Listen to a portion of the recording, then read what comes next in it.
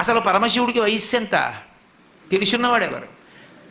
అందరికన్నా ముందు పుట్టినవాడు ఆయన. పుట్టినవాడేమిటి, ఉన్నవాడు ఆయన. అన్నీ వెళ్ళిపోయిన తర్వాత అన్నీ తనలోకి తీసుకుని ఉండిపోయేవాడు ఆయన. ఇంకా ఆయనకి వయస్సు ఏమిటి? పైకి బాహ్యంలో శంకరుడు తన నింద తాను చేసుకుంటున్నాడు. చిన్నారులలోన చిన్నవాడందుమా ఏనాటి వాడొకో ఎరుకలేదు, ఆకారమునాతడు భలే మేటియందుమా ఆకారమిట్టిదో అరయరాదు.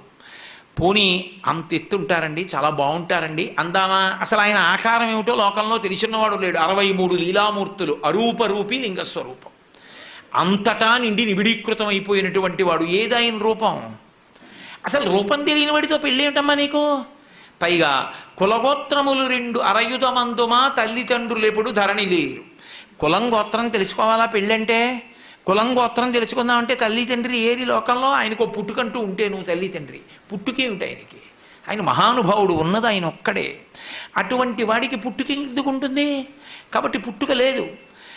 అటువంటి వాడు అమ్మా నీకెక్కడ దొరికాడు? అతనితో పెళ్ళేమిటి? నా మాట విను, విడిచిపెట్టేసేయి.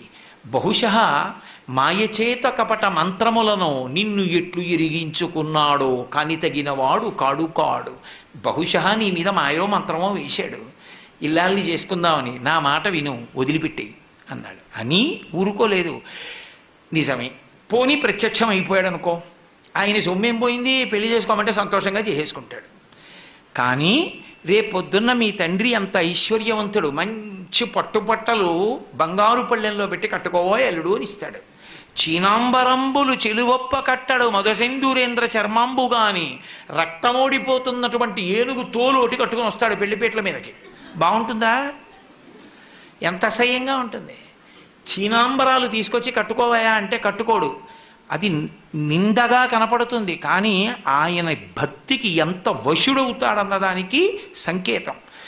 అంత ఉద్ధతి చేసి కాశీపట్టణంలో అల్లరి చేసినటువంటి గజాసురుణ్ణి త్రిశూలం మీద పక్కన పెట్టి ఆయన తపస్సు చేసుకుంటుండగా సామగాన మంత్రాల చేత పరమశివుణ్ణి స్తోత్రం చేస్తే పరవశించినటువంటి పరమశివుడు ఆయన కోరికని తీర్చడానికి వెంటనే ప్రసన్నుడై, నువ్వు నా తోలు ఒలిచి ఎప్పుడూ కట్టుకుని ఉండాలి, కృత్తివాసేశ్వరుడు అన్న పేరుతో కాశీపట్టణంలో శివలింగంగా ఉండాలి, ఈ తోలు వాసన రాకూడదు, దుర్గంధం ఉండకూడదు అంటే దుర్గంధం లేని తోలుగా మార్చి నెత్తురోడుతూ అప్పుడే నవనవలాడుతున్న ఏనుగు తోలుగా కట్టుకుంటుంటాడు.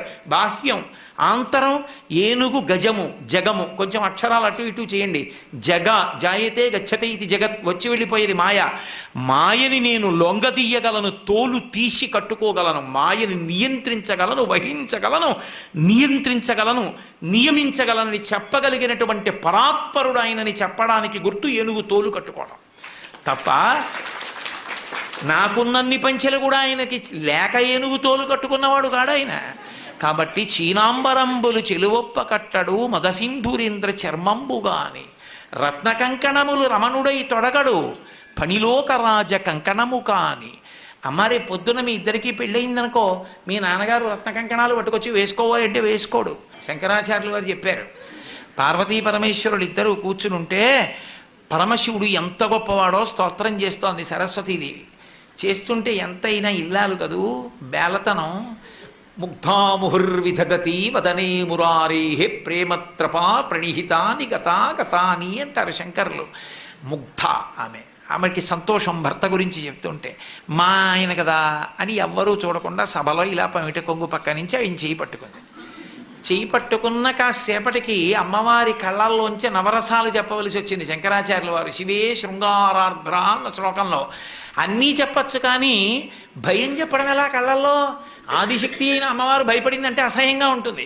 ఎంత చమత్కారం చేశారంటే, శివుడి చెయ్యి ఇలా పట్టుకుంది ఆవిడ పమిట కొంగు చాట్ నుంచి. మా ఆయనే అని గొప్ప కొద్దీ ఏదో చల్లగా పాకుతున్నట్టు అనిపించింది. ఇలా చూసింది, ఆయన చేతి మీద పిల్లపాము ఒకటి ఈవిడి చేతి మీదకి ఎక్కుతోంది.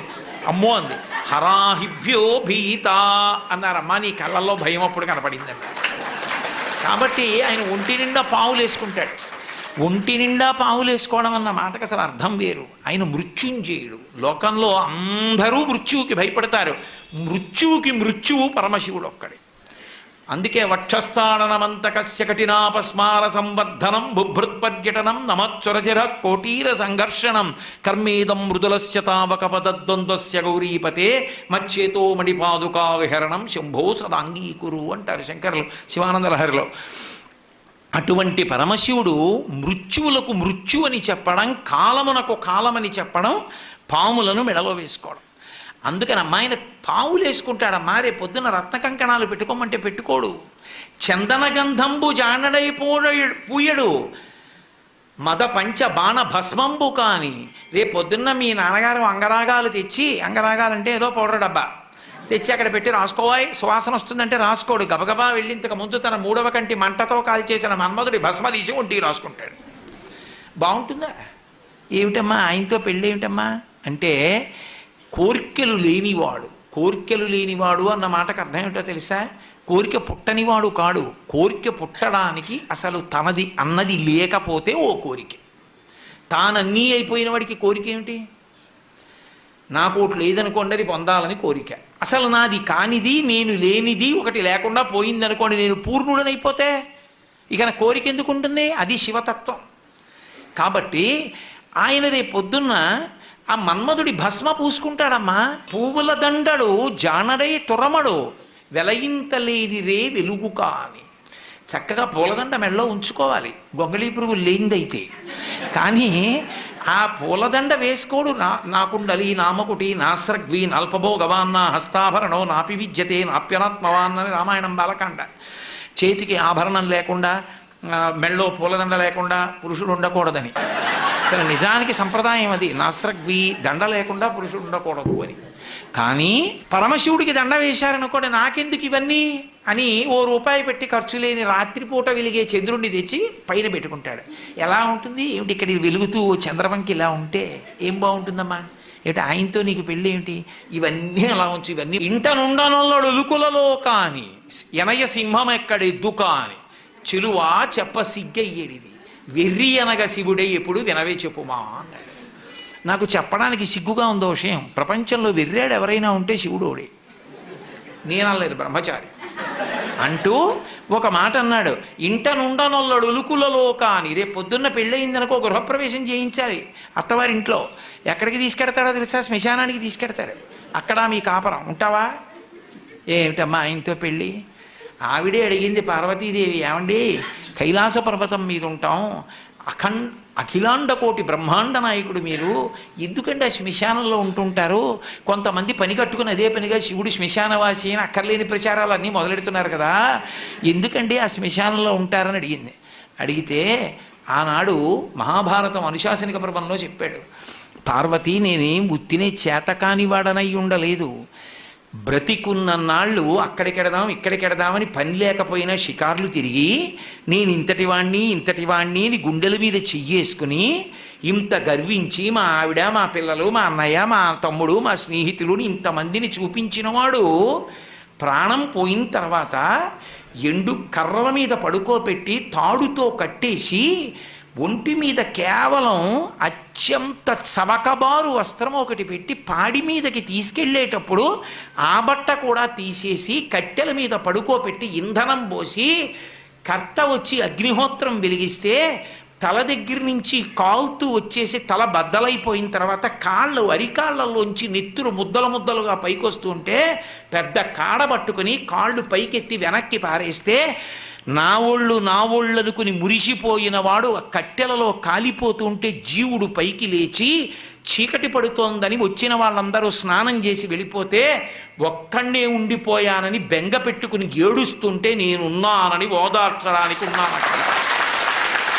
నేను లేకపోతే చచ్చినవాడు చస్తాడు పార్వతి, అందుకున్నానన్నాడు. అది ఆయన ఔదార్యం.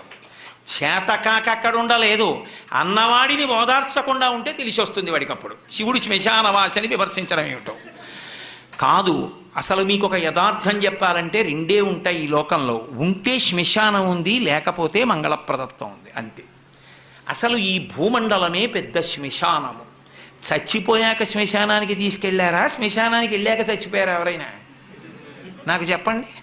శ్మశానానికి వెళ్ళి చచ్చిపోయిన వాడు లేడు. ఇంట్లో చచ్చిపోయాడు, హాస్పిటల్లో చచ్చిపోయాడు, రోడ్డు మీద చచ్చిపోయాడు, ఎక్కడ పడితే అక్కడే చచ్చిపోయారు. ఆఖరికి నేను ఇప్పుడు గట్టిగా మాట్లాడుతుంటే ఈ ధ్వని ప్రకంపనలకి సూక్ష్మాంగ జీవులు చచ్చిపోయాయి. చచ్చిపోయినదంతా అమంగళత్వం, కానీ చచ్చిపోయిన వాడిని బ్రహ్మాండంలో కలిపింది ఎదుగు అమంగళత్వం అయింది. అందుకని లోకము శ్మశానమనైనాను, అసలు శ్మశానం అన్న మాట లేదనన్నాను. శివుడు శ్మశానవాసం నువ్వు గుండెలు బాదుకుని మాట్లాడడం ఏంటి? అర్థం లేని విషయం. తప్పు. అటువంటి తప్పుడు ప్రచారాలు చేయకూడదు. సనాతన ధర్మాన్ని పాడు చేయడం అది. కాబట్టి పరమశివుడు అనుశాసనిక పర్వంలో ఇటువంటి వాళ్ళు పుడతారని తెలిసే పార్వతీదేవి చెప్పించింది ఆయన నోటి వెంటే. నేను అందుకుంటాను అక్కడ కాదు. అక్కడ భూత ప్రేతములు ఉంటాయి, అవి ఇళ్లల్లోకి చొరబడతాయి. చొరబడవనుకుంటున్నారేమో. ఉత్తిష్టంతో భూత పిశాచాహ అని ఎందుకంటున్నారు మరి పూజ చేసేటప్పుడు? లేని వాటిని లేమంటారా? ఇక్కడ ఉంటే కదా ఎవరినైనా అమ్మ మీరు లేవండి అంటాను. ఎవరూ లేకుండా ఉత్తినే లేవండి అంటే నేను పిచ్చాండి అంటే. ఉన్నాయి కదా భూత పిశాచాలు, అందుకే కదా ఉత్తిష్టంతో భూత పిశాచాహ అంటున్నారు. అవి ఇళ్లల్లోకి వెళ్ళి భగవత్కార్యాలు చెడగట్టకుండా నేను అక్కడ తాండవం చేస్తుంటే అవి చూస్తూ ఉంటాను. కాబట్టి ఉదారుడు, కానీ తనని తాను నింద చేసుకున్నాడు. అది విచిత్రం. ఇంట నుండనొల్లడు లుకులలో కాని ఎనయ సింహం ఎక్కడు ఎద్దు కాని. రేపు పొద్దున్న ఎద్దుకండి, ఆ ఎద్దు ఇదిగో నా సింహం ఉంది ఎక్కండి చక్కగా అంటే ఎక్కడో ఎద్దే ఎక్కుతాడు. ఆయన ఎద్దెక్కేది అమాయకుడై ఎక్కడు. వృషభము దేనికి సంకేతం అంటే ధర్మానికి సంకేతం. ఆయన ధర్మాన్ని ఇష్టపడతాడు. ఆయన భక్తులకు ధర్మమునందు అనురక్తి కల్పిస్తాడు. అటువంటి పరమశివ తత్వాన్ని మార్చి మాట్లాడాడు. మాట్లాడి ఎందుకమ్మా ఆయనతో పెళ్ళేమిటమ్మా, నా మాట విని విడిచిపెట్టు అని, నేను చక్కగా చూడు ఎంత యవ్వనంలో ఉన్నానో, నీకు తగినటువంటి వాణ్ణి కాబట్టి నన్ను తగిలి నీవు నా వెంట చనుదెమ్ము వనటకుంద నేత్ర వనజనేత్ర, నన్ను తగులుకుని నాతో వచ్చేయి, వదిలేయి తపస్సు అన్నాడు. విందావిడ. వీడట బ్రహ్మచారియట, వీనుల పెట్టగరాని మాటలే ఆడుచునున్నవాడు, నమశివాయయుండు ఆడగరాదు. వీని కపటాత్ముని వీపున వేసి ద్రొబ్బుడని ఉగ్రత పల్కిన కాంతలందరూ. వీడు ఇష్టం వచ్చినట్టు మాట్లాడుతున్నాడు, శివనింద చేస్తున్నాడు. ఎవరో నమశివాయ అన్న మాట తప్ప అనకూడదు, వినకూడదు. కాబట్టి వీడిని వీపు మీద 4 వేయండి, పండ్లు ఉడగ వేసి ద్రొబ్బుడని, పళ్ళు ఊడిపెట్టు కొట్టి లాగా ఒకబారైంది అనేటప్పటికీ చిలికెత్తెలందరూ వచ్చారు. అప్పుడు పరమశివుడు సాక్షాత్కరించాడు. మహాతల్లి స్తోత్రం చేసింది, పూజించింది. నిన్ను నా ఇల్లాల్ని చేసుకుంటున్నాను. ఇల్లాల్ని చేసుకోవడం ఏమిటి? ఆవిడ ఎప్పుడు ఇల్లాలి. దా వృషభవాహనాన్ని అధిరోహించు, కైలాసానికి వెళ్ళిపోదాం అన్నాడు. నేను ఆనందావిడ. అదేమన్నాడు? దక్ష ప్రజాపతి కూతురుగా వచ్చినప్పుడు అలాగే వచ్చాను, ఇప్పుడు అలా రాను.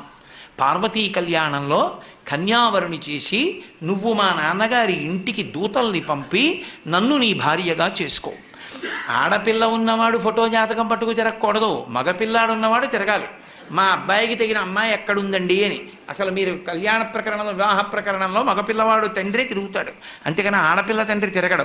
కలియుగం అన్నీ తిరగబడిపోయి. కాబట్టి నువ్వు దూతల్ని పంపు అంది. సరే అలాగే పంపుతానన్నాడు. సప్తర్షుల్ని పిలిచాడు, అరుంధతీదేవిని పిలిచాడు. మీరు వెళ్ళండి, పార్వతీదేవి యొక్క క్షేమవార్తని కనుక్కోండి, నాకు తగిన ఇల్లాలు అని చెప్పి ఆవిడ్ని నా భార్యని చెయ్యండి అని చెప్పి అందరికీ చెప్పి అరుంధతీదేవిని మాత్రం ఒక్కదాన్ని పిలిచి ఒక మాట అన్నాడు. ఈ లోకంలో ఒక పెద్ద పోకడొకటి ఉంది. అరుంధతి వనిత కూతుల పిండ్లి చేయునెడలన్ వాచాలకుల్ తల్లులేయని లోకంబులు పల్కుగా ఉన్న సతీని వద్రీచు ఇల్లాలితో వనరన్ కన్యకుకున్ వరండుతగు ఎలా విచారింపగా ఎని కార్యంబు ఘటింపగా పలుకు మీ అంబోజ పత్రేక్షణ. ఈ లోకంలో ఒక దిక్కుమాలిన అలవాటు ఉంది. ఆడపిల్లని ఇచ్చేటటువంటి తల్లిదండ్రుల్లో తల్లి ఉందే, ముందు పెళ్ళి కుదరగానే సంతోషిస్తుంది. అబ్బా మన అదృష్టం అన్నట్టు. ఇంకా తర్వాత ఏమండి వాళ్ళు అది పెట్టద్దు, ఇది పెట్టద్దు, ఆ పిల్లాడు ఏమిటండి, వాళ్ళ నాన్నగారు ఏమిటండి, వాళ్ళ అమ్మ ఏమిటండి అని వాచాలకులు తల్లులే, ఆడపిల్లల తల్లులే అక్కర్లేని కూడా వాళ్ళన్నీ తెస్తారు. నేను క్షమింపబడేదను కాక. వాచాలకులు తల్లులే అని లోకంబులు పలుకుకావున. శివుడు తన మీద పెట్టలేదు, లోకంబులు పలుకుతుంటాయి. అందుకని నీ వద్రీషు ఇల్లాలితో, మేనకాదేవి దగ్గర జాగ్రత్త సుమా. ఆయనకి ఏముంది, ఎంత ఉంది ఇన్ని అడుగుతుంది. ఆయన తగినవాడేనమ్మా అని చెప్పి పెళ్లి కుదుర్చు తల్లి, ఆ పిల్ల నాకు దక్కేట్టుగా చూడు అని బతిమాలుకుని పంపించాడు. కాబట్టి వాళ్ళని పంపించాడు. వాళ్ళు చూశారు, వెనక్కి వచ్చారు. మేనకాదేవి ఒప్పుకుంది, హిమవంతుడు ఒప్పుకున్నాడు. అంతా పూర్తి. నీలాహిమేని కంటెను నీలానుల కంటే ఇంద్ర నీలము కంటెన్ నీల రుచి పోలు నంబుక నీలాలకలేమి చెప్ప నీలగ్రీవా అన్నారు. చాలా అందమైందయా, నీకు తగిన ఇల్లాలన్నారు. సంతోషించారు. అన్నీ పూర్తయిపోయి తర్వాత దేవతలు వచ్చారు. వచ్చి శివ ఒక చిన్న విజ్ఞాపన అన్నారు. ఏమి చెప్పండి అన్నాడు. అయ్యా మీరు కానీ పార్వతీదేవిని కళ్యాణం చేసుకుంటే త్రికరణ శుద్ధిగా మేనకా హిమవంతులు కన్యాదానం చేసేస్తే ఇక వాళ్ళకి రూపం ఉండదు, మోక్షం వచ్చి మీలో కలిసిపోతారు. హిమాలయ పర్వత ప్రాంతములు లేకపోతే తపోభూములు ఉండవు, ఎవరూ తపస్సు చేసుకోవడానికి అనువైన భూమి ఉండదు. అందుకని వాళ్ళకి త్రికరణ శుద్ధి లేకుండా కన్యాదానం చేసేటట్టు మీ పెళ్ళి మీరు పాడు చేసుకోండి అన్నారు. లోక కళ్యాణం అంటే లోకం కోసం ఔదార్యం అంటే పరమశివుడు. తప్పకుండా వాళ్ళు త్రికరణ శుద్ధి లేని కన్యాదానం చేసేటట్టు నేను చేసుకుంటాను. పరమశివుడి పక్కన రాని వాళ్ళెవరు? బ్రహ్మగారు, విష్ణువు, లక్ష్మీదేవి, సరస్వతీదేవి, ఋషులు, ప్రమథగణాలు, దేవతలు అందరూ పరమశివుడి పనుపున బయలుదేరారు, భక్తకోటి అంతాను. హిమవంతుడు ఆయన చుట్టాలకు ఆయన వేశాడు. ఆయన చుట్టాలు ఎవరుంటారు? అరుణాచలం, వెంకటాచలం, అంజనాద్రి, నీలాద్రి, గరుడాద్రి, వీళ్ళకి వేస్తూ పుత్రమిత్ర సపరివారముగా రమ్మని వేశాడు. పర్వతాలకి కూతుళ్ళు ఎవరు? నదులు. నదులకి భర్తలు ఎవరు? సముద్రాలు. అందుకని అల్లుళ్ళు. కాబట్టి సముద్రాలు, నదులు, క్రూరమృగాలు, సాధుమృగాలు, పర్వతాలు, పర్వతాల మీద ఉండే చెట్లు, చేమలు, శలయేళ్ళు ఇన్ని బయలుదేరి ఇవన్నీ హిమాలయాలకు వెళ్ళిపోయాయి. పరమశివుడి పనుపున అందరూ హిమాలయాలకు వెళ్ళిపోయారు. వెళ్ళిపోయిన తర్వాత పెళ్లికి తెల్లవారుజామున బయలుదేరింది ఊరేగింపు. ఎక్కడి నుంచి? కైలాస పర్వతం దగ్గర నుంచి వస్తున్నారు. గవాక్షంలో నిలబడింది మేనకాదేవి నారదుడితో కలిసి. ఒక్కొక్కళ్ళు వస్తున్నారు. అబ్బా వెలిగిపోతున్నాడు, ఆయనేనా మా అల్లుడంది. కాదమ్మా, సూర్యుడు దిక్పాలకుల్లో ఒకడు. ఆ వెనక వస్తున్నాడు. ఎవరో బాబాయ్ నల్లగా ఉన్నాడు దున్నపోత మీద, ఆయన ఎవరా? మీ అల్లుడు కాదు, బెంగపెట్టుకోకు, యమధర్మరాజు గారు. ఆ వెనకాతలు అబ్బా చల్లగా ఎంత బాగున్నాడో, ఎవరు? చంద్రుడు, మీ అల్లుడు కాడు. ఈయనెవరోనయో చాలా అందంగా ఉన్నాడు, ఎర్రగా ఉన్నాడు, కాంతులీనుతున్నాడు, బ్రహ్మగారు. మీ అల్లుడి దగ్గర పురోహితుడమ్మా, పెళ్లి చేయడానికి వచ్చే బ్రహ్మగారు ఆయన మీ అల్లుడు కాదు. ఓ అలాగా, ఇతనెవరో నీలమేఘశ్యాముడు, చాలా అందంగా ఉన్నాడు, శాంతాకారం, భుజగచైనం, పద్మనాభం, సురేశం. అమ్మ ఆయనకి మీ అల్లుడికి భేదం చెప్పకూడదు, కానీ ప్రస్తుత మీ అల్లుడు కాడు. ఆయన వెళ్ళిపోయాడు. ప్రదోష వేళ అయిపోయింది, రాడు. వెడుతూనే ఉంది ఊరేగింపు. వస్తున్నారు మగపెళ్లివారు. అలా ఆఖరికి ఒక ఆయన వచ్చాడు. చుట్టూ భూతప్రేత పిశాచాలు ఉన్నాయి, ప్రమదగణాలు ఉన్నాయి, మధ్యలో దిగంబరంగా తాండవం చేస్తూ వస్తున్నాడు. అడగలేదు మేనకాదేవి ఆయన అల్లుడా అని. నారదుడే చెప్పాడు, ఆయనే మీ అల్లుడమ్మా అని మెట్లు దిగి వెళ్ళిపోయాడు. ఇక నేను కల్పించాను అనుకుంటున్నారేమో, మీరు శివమహాపురాణంలోంచి అన్వయం నేను ఎన్నో గ్రంథాలని కలిపి చెప్తున్నాను. ఇది చెప్పాడు కుమార సంభవం, వీరభద్ర విజయం, ఏంటి పార్వతీ కళ్యాణం, స్కాంద పురాణం, తర్వాత ఇప్పుడు చెప్పేటటువంటిది శివమహాపురాణం. ఇన్నిటిలోంచి కలుపుతున్నాను. అందుకని మీకు ఒక చోట దొరికేది కాదు, ఇన్ని పురాణాల్లోంచి కలిపి విహంగ వీక్షణంగా మాట్లాడుతున్నా పార్వతీ కళ్యాణం గురించి. ఆ నారదుడు గబగబా మెట్లు దిగి వెళ్ళిపోయాడు. ఈవిడ గబగబా మెట్లు దిగి తిన్నగా పార్వతీ దగ్గరికి వెళ్ళింది. నిన్ను చంపినే చచ్చిపోతా, వాడా దొరికాడు నీకు భర్త, తపస్సోట. రేపు పొద్దున్న పెళ్లిపీటల మీదకి వచ్చి కూర్చుంటే కాళ్ళు ఎలా కడగడం, కన్యాదానం ఎలా చేయడం, ఆడల్లుడు ఏమిటే అని పెద్ద గొడవ మొదలెట్టి నానా అల్లరైంది. నారదుడు వచ్చాడు, బ్రహ్మగారు వచ్చారు, విష్ణు వచ్చారు. ఎంత నచ్చ చెప్తే మాత్రం ఆవిడ వింటుంది? ఆవిడ వినలేదు. వినకపోతే అప్పుడు నచ్చ చెప్పారు, ఇంకొక్కసారి చూడు, ఈసారి నచ్చకపోతే చెయ్యొద్దు, అసలు నిజంగా మీ అల్లుడు ఎలా ఉంటాడో నువ్వు చూడు అంటే చూసింది. కోటి సూర్య ప్రతీకాశం సర్వావయవ సుందరం విచిత్రవసనం చాధానాభూషణభూషితం సుప్రసన్నం సులావణ్యం సుహాసంచ మనోహరం గౌరాభం యుతి సంయుక్తం చంద్రరేఖా విభూషితం సూర్యేణ చిత్రితం మూర్ధ్ని చంద్రదండ విరాజితం గంగా చ యమునా చైవా విధత్తు స్మరుచామరే అంటూ పట్టుపుట్టాన్ని కట్టుకుని గంగా యమున ఇద్దరూ కూడా ఒకళ్ళు సూర్యేణ చిత్రితం మూర్ధ్ని, సూర్యుడేమో పైన గొడుగు పట్టుకుంటే చంద్రుడు పక్కన దండం పట్టుకుంటే గంగా యమునలు ఇద్దరు వెనకాతల సేవిస్తుంటే మంచి ప్రసన్నంతో లావణ్యంతో అద్భుతమైనటువంటి రూపంతో అందాలకి అందంగా ఎంత సౌందర్య రాశియో అటువంటి మహామూర్తిగా పరమశివుడు నడిచొస్తున్నాడు. చూసింది, అబ్బా ఈయన మా అల్లుడు, కన్యాదానం చేస్తానంది అంది. కానీ అలా కనబడితే ఎప్పుడైనా అలా కనపడడమ్మా, ఒక ప్రయోజనానికి కనపడ్డాడు. ఒక ప్రయోజనం రైటే, మళ్ళీ ఆ ప్రయోజనం అంటే త్రికరణ శుద్ధి లోపించింది. హిమవంతుడితో వాదించి నమ్మి శివుడు ఇలా ఉంటాడని చేస్తున్నా ఆవిడికి ఎక్కడో మనసులో బెరుకుండిపోయింది, అలా ఎందుకు కనపడ్డాడని. త్రికరణ శుద్ధిగా కన్యాదానం చెయ్యలేదు. ప్రపంచంలో తన కన్యాదానానికి తను త్రికరణ శుద్ధి లేకుండా చేసి తన పెళ్లి తానే పాడు చేసుకుని తలవంపులు తెచ్చుకొని అవమానాలు పడి పెళ్లి చేసుకుని తన భార్యకిచ్చిన మాట నిలబెట్టుకుని లోకాలకి తపోభూములు నిలిపినటువంటి ఉదారుడు పరమశివుడు ఒక్కడే. అప్పుడు పార్వతీ కళ్యాణం జరిగింది. మళ్ళీ ఆ పార్వతీ కళ్యాణంలో పెద్ద రగడ. ప్రవర చెప్పవలసి వచ్చింది. ప్రవర చెప్పవలసి వస్తే ఈయనకి తండ్రి ఎవరు, తాత ఎవరు, బలానా వాళ్ళ మునిమనవాడు చెప్పాలి, మనవాడు చెప్పాలి, బలానా వాళ్ళ కొడుకు చెప్పాలి. చెప్పాలంటే ఎవరిని అడిగితే ఇంటి బ్రహ్మగారిని అడిగారు, ఏం నీకు తెలుసా? నాకేం తెలుసు, పిల్లాన్ని ఎంచుకున్నది మీరు చెప్పాలన్నాడు. ఎవరిని అడిగితే వాళ్ళు ఏమో మాకన్నా ముందు ఉన్నాడు ఆయన, మాకు తెలియదు అన్నారు. నారదుడు వీణ వాయించుకుంటున్నాడు. వెళ్ళి కోపం వచ్చి ఆ వీణ పట్టుకున్నారు. బుద్ధుందా ఇప్పుడు కచేరీ ఏమిటో పక్క పిల్లాడి ప్రవర తెలియక ఏడుస్తుంటే, అసలు ఆ పిల్లాడి ప్రవర నీకేమన్నా తెలుసు? అప్పుడు నారదుడు నవ్వి అన్నాడు, ఆయనకి ప్రవర ఏమిటి, ఆది మధ్యాంతరహితుడు, ఆయనకి ప్రవర ఉండదన్నాడు. ఇప్పుడు ఏదో ప్రవర కల్పించాలి కదా. ఏదో వెనకటికి ఒక విషయం చెప్తుంటారు, పాలేరుని పెట్టుకోవాలని ఒక ఆయన పిలిచి కొన్నాళ్ళు 4 రోజులు పని చేయబోయి పని చూసి పెట్టుకుంటా అన్నాడు. అన్నీ చూశాడు, చాలా బాగా చేస్తున్నాడు. నిన్ను పెట్టుకుంటాను పనిలో, నీ పేరు ఏమిటి అన్నాడు. పెరుమాళ్ళు అన్నాడు. పెరుమాళ్ళు అన్న పేరుతో నాకొద్దు, ఎప్పుడన్నా నిన్ను తిట్టాల్సి వస్తే లేనిపోని పాపం వస్తుంది, నీకు 100 రూపాయలు ఇస్తాను, మీ ఊరు వెళ్ళి పేరు మార్చుకుని మళ్ళీ రా అన్నాడు. ఓ వారం పోయాక వచ్చాడు, మార్చుకున్నావా? మార్చుకున్నాను. ఏం పెట్టుకున్నావు? పెద్ద పెరుమాళ్ అని. అలా పరమశివుడికి ప్రవర చెప్పమంటే ఏం చెప్తారు?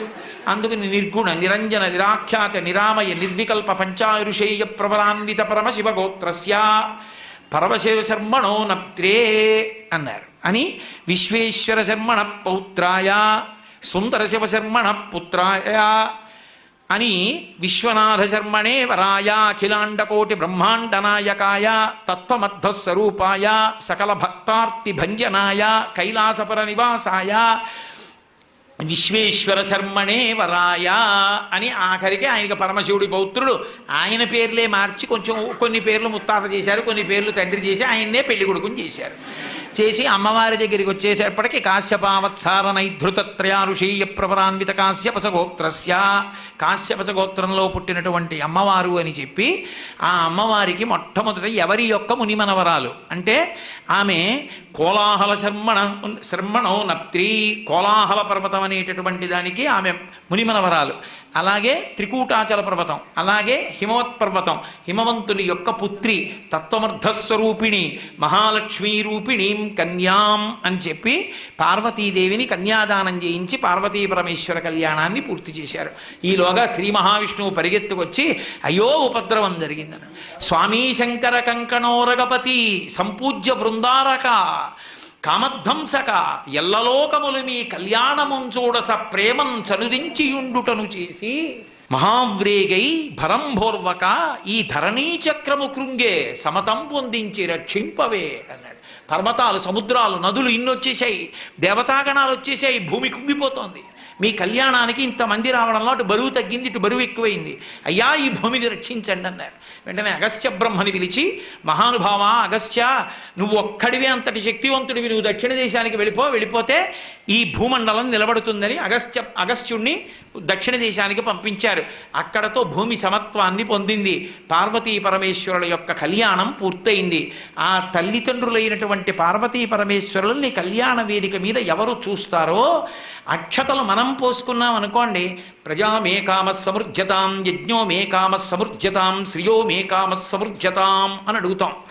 నాకు ఐశ్వర్యము కలుగుగాక, సంతానము కలుగుగాక, అలాగే యజ్ఞములు చేసేటటువంటి అధికారము కలుగుగాక, నాకు అటువంటి అదృష్టము కలుగుగాక అని. పార్వతీ పరమేశ్వరులు కళ్యాణం చేసుకున్నప్పుడు ఒండురుల యొక్క శిరస్సుల మీద పోసుకున్నటువంటి శ్వేతాక్షతల్ని ప్రసాదంగా తీసుకుని అవి మన శిరస్సు మీద పోసుకుంటే పెళ్లి కాని వారికి పెళ్ళి అవుతుంది, పిల్లలు లేని వారికి పిల్లలు పుడతారు, ప్రమాదాలు పొంచి ఉన్న వారికి తప్పిపోతాయి, సమస్త లోకాలు సుఖంగా ఉంటాయి. ఒక్కసారి పార్వతీ పరమేశ్వర కళ్యాణం చేస్తే ఆ మంత్రముల యొక్క ప్రకంపనలు వాతావరణంలోకి ప్రవేశించినటువంటి కారణం చేత ఆ ప్రాంతమంతా కూడా సుభిక్షంగా శోభిల్లుతుంది. మనందరి ఎడల పార్వతీ పరమేశ్వరుల యొక్క నిర్హేతుక కృపాకటాక్ష వీక్షణములు ప్రసరించుగాక అని సాంజలి బంధకంగా వారి పాదములకు నమస్కరిస్తూ మీ అందరికీ నా హృదయపూర్వకమైనటువంటి కృతజ్ఞతలను ఆవిష్కరిస్తూ ఇక్కడితో నా ఉపన్యాసాలు పూర్తి చేసి మీ